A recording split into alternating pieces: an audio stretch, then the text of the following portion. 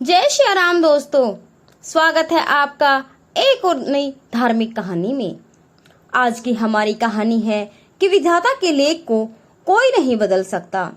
जो विधाता ने हमारे कर्म में लिख दिया है उसे तो हमें भोगना ही पड़ता है। तो आइए सुनते हैं एक धार्मिक कहानी के माध्यम से। अर्जुन के पुत्र अभिमन्यु थे और उनके पुत्र राजा परीक्षित थे। राजा परीक्षित के बाद उनके पुत्र जन्मेजय राजा बने।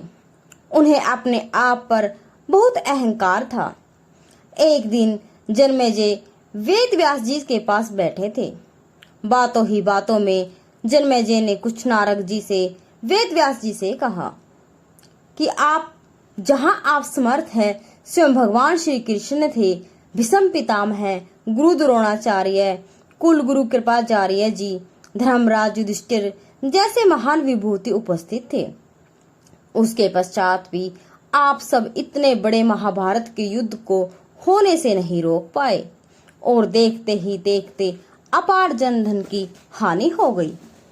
यदि मैं उस समय वहां रहा होता तो अपने पुरुषार्थ से इस विनाश को होने से बचा लेता। अहंकार से भरे जन्मेजय के शब्द सुनकर भी व्यास जी शांत रहे। उन्होंने शांति से कहा, पुत्र, तुम अपने पूर्वजों की क्षमता पर शंका न करो। यह विधि द्वारा निश्चित था जो बदला नहीं जा सकता था। यदि ऐसा हो सकता तो श्री कृष्ण में ही इतनी सामर्थ्य थी कि वे इस युद्ध को रोक सकते थे। जन्मेजय अपनी बात पर अड़ा रहा और बोला, मैं इस सिद्धांत को नहीं मानता।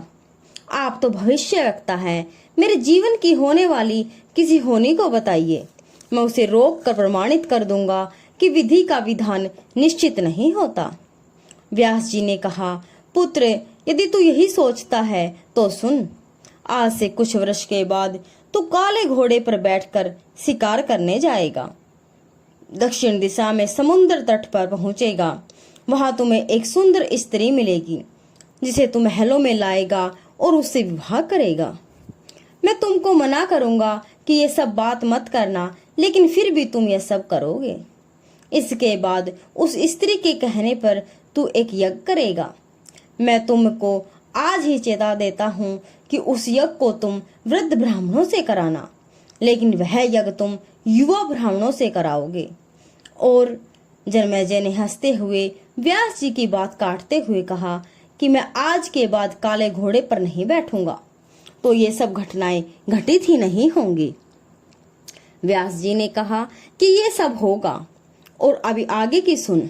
उस यज्ञ में एक ऐसी घटना घटित होगी कि तुम उस रानी के कहने पर उन युवा ब्राह्मणों को प्राण दंड दोगे, जिससे तुम्हें ब्रह्म हत्या का पाप लगेगा और तुझे कुष्ठ रोग होगा और वही तेरी मृत्यु का कारण बनेगा। इस घटनाक्रम को रोक सको तो रोक लो। वेद व्यास जी की बात सुनकर जन्मेजय ने ऐतिहासिक शिकार पर जाना ही छोड़ दिया। परंतु जब होनी का समय आया तो उसे शिकार पर जाने की बलवती इच्छा हुई। उसने सोचा कि काला घोड़ा नहीं लूंगा, पर उस दिन उसे अस्तबल में काला घोड़ा ही मिला। तब उसने सोचा कि मैं दक्षिण दिशा में नहीं जाऊंगा, परंतु घोड़ा अनियंत्रित होकर दक्षिण दिशा की ओर गया और समुद्र तट पर पहुंचा। वहां पर उसने एक सुंदर स्त्री को देखा और उस पर मोहित हुआ। जन्मेजय ने सोचा कि इसे महल लेकर मैं तो जाऊंगा, लेकिन विवाह नहीं करूंगा। परंतु उसे महलों में लाने के बाद उसके प्यार में पड़कर उससे विवाह भी कर लिया। फिर रानी के कहने पर जन्मेजय द्वारा यज्ञ भी किया गया। उस यज्ञ में युवा ब्राह्मण ही रखे गए। किसी बात पर युवा ब्राह्मण रानी पर हंसने लगे। रानी क्रोधित हो गई और रानी के कहने पर राजा जन्मेजय ने उन्हें प्राण दंड की सजा दे दी। फलस्वरूप उसे कोढ़ हो गया। अब जन्मेजय घबरा गए और तुरंत व्यास जी के पास पहुंचा और उनसे जीवन बचाने के लिए प्रार्थना करने लगा। वेद व्यास जी ने कहा कि एक अंतिम अवसर तेरे प्राण बचाने का और देता हूँ। मैं तुझे महाभारत में हुई घटना का श्रवण कराऊंगा, जिसे तुझे श्रद्धा एवं विश्वास के साथ सुनना पड़ेगा। इससे तेरा कोढ़ मिटता जाएगा। परंतु यदि किसी प्रसंग पर तूने अविश्वास किया तो मैं महाभारत का प्रसंग रोक दूंगा और फिर मैं भी तेरा जीवन नहीं बचा पाऊंगा। याद रखना, अब तेरे पास यह एक अंतिम अवसर है।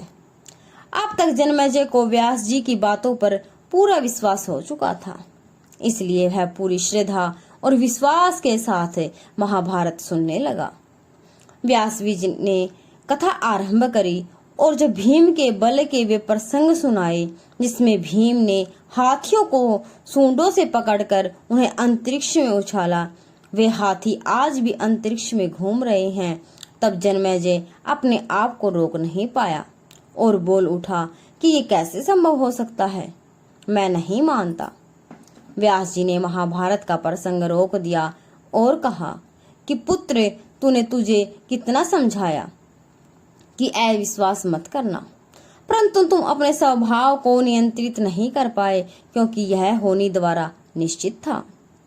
फिर व्यास जी ने अपनी मंत्र शक्ति से आह्वान किया और वे हाथी पृथ्वी के आकर्षण शक्ति में आकर नीचे गिरने लगे।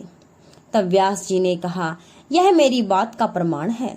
जितनी मात्रा में जन्मेजय ने श्रद्धा विश्वास से कथा श्रवण की, उतनी मात्रा में वह कुष्ठ रोग से मुक्त हुआ, परंतु एक बिंदु रह गया और वही उसकी मृत्यु का कारण बना।